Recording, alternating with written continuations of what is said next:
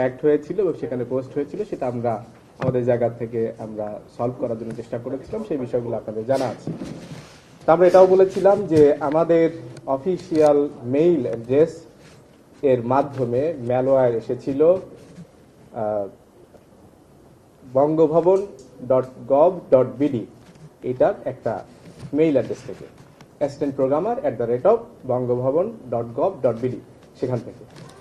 এবং সেটা থেকে আসার পরে শুধুমাত্র আমাদের এই অফিসিয়াল কেন্দ্রীয় যে অফিসিয়াল মেইলটা আছে শুধুমাত্র সেখানেই আসেনি, এর সাথে সাথে সিসিতে আরও বেশ কয়েকটি আইডি দেওয়া ছিল এবং এর সাথে সাথে সেপারেটলি ঢাকা মহানগরীর দক্ষিণের মেইলেও সেখানে এসেছিল। সো আমরা আরও জানতে পেরেছি আরও বেশ কিছু জায়গায় এই মেইলটা এসছে এবং বিভিন্ন ডিভাইসের কন্ট্রোল তার নেওয়ার জন্য চেষ্টা করেছে। সো অলরেডি অনেকগুলো ডিভাইস তাদের দ্বারা কন্ট্রোল হয়ে আছে।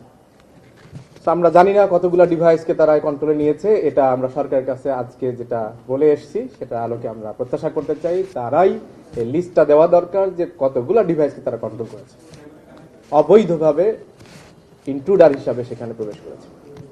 আজকে সেটারই ধারাবাহিকতায় আমরা দেখতে পারলাম যে সম্মানিত সেক্রেটারি জেনারেল মিয়া গোলাম পরোয়ার সাহেবের যে টুইটার অ্যাকাউন্ট সেটার মধ্যে তারা একটি অনাকাঙ্ক্ষিত পোস্ট করেছে।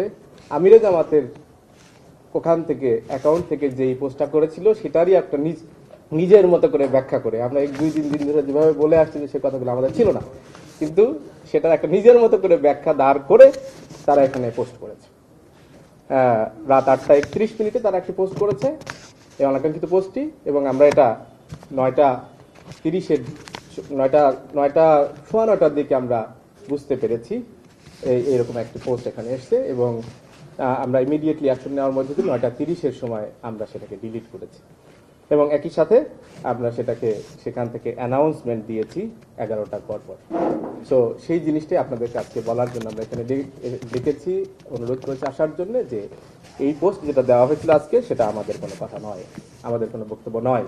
এটা হচ্ছে হ্যাকাররা আমাদের এই আগের দিনের মতোই একইভাবে এখানে তাদের নিজেদের কথা এখানে পেশ করেছে, এটা একটা সম্পূর্ণ অবৈধ কাজ করেছে। সেইটার ব্যাপারে তদন্ত করার জন্য তারা আমাদেরকে কথা দিয়েছেন যে তদন্ত যেটা তারা জানার পরপরই শুরু করেছেন সেটা তারা কমপ্লিট করবেন এবং আমরা অনুরোধ করে এসেছি আজকে, সেটা হচ্ছে দাবি করে এসেছি, আহ্বান করে এসেছি, সেটা হচ্ছে আগামী 24 ঘন্টা অর্থাৎ সন্ধ্যার বেলায় আমরা দেখা করেছি তখন থেকে 24 ঘন্টার মধ্যে তাদেরকে এটা পাবলিশ করতে হবে বা আমাদেরকে জানাতে হবে যে কোন পর্যায় পর্যন্ত তাদেরটা আছে। আইনগত ব্যবস্থা আমরা যেহেতু আজকে তাদেরকে বলে এসেছি এবং আমরা মামলার জন্য অলরেডি প্রস্তুতি নিয়েছি, আমরা খুব দ্রুততার সাথে আমরা মামলা করব ইনশাআল্লাহ।